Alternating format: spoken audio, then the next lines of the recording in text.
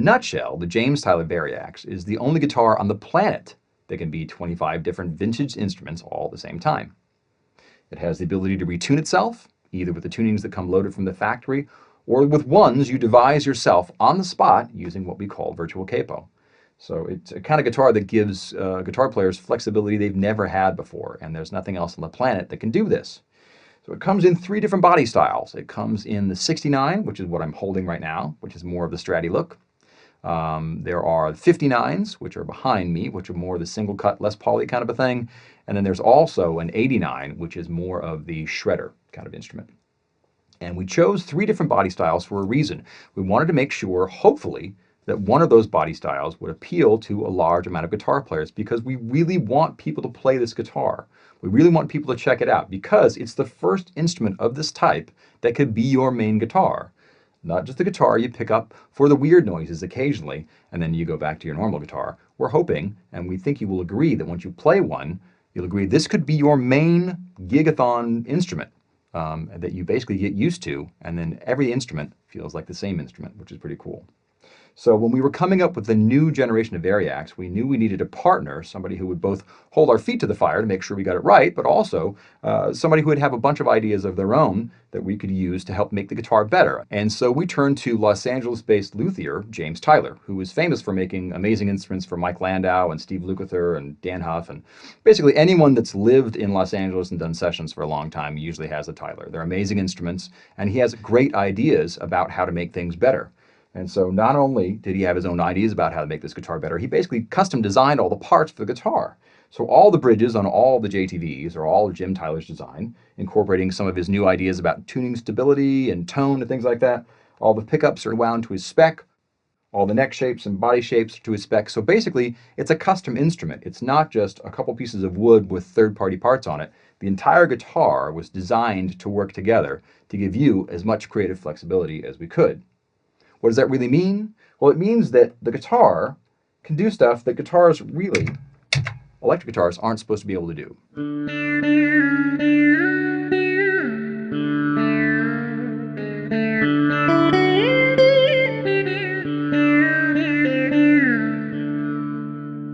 Whether it's a sitar or maybe it's an acoustic guitar in a different tuning.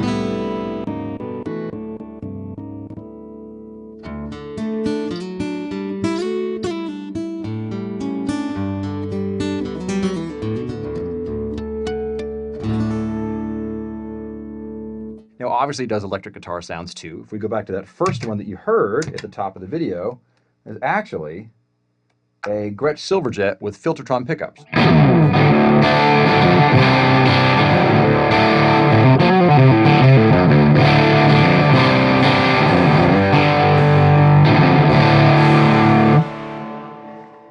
Now, I have a Gretsch Silverjet, and there's something very specific that happens when you take a pair of Filtertron pickups and you stick them inside of a chambered Gretsch body. And it doesn't sound anything at all like a solid body guitar like this with single coil pickups.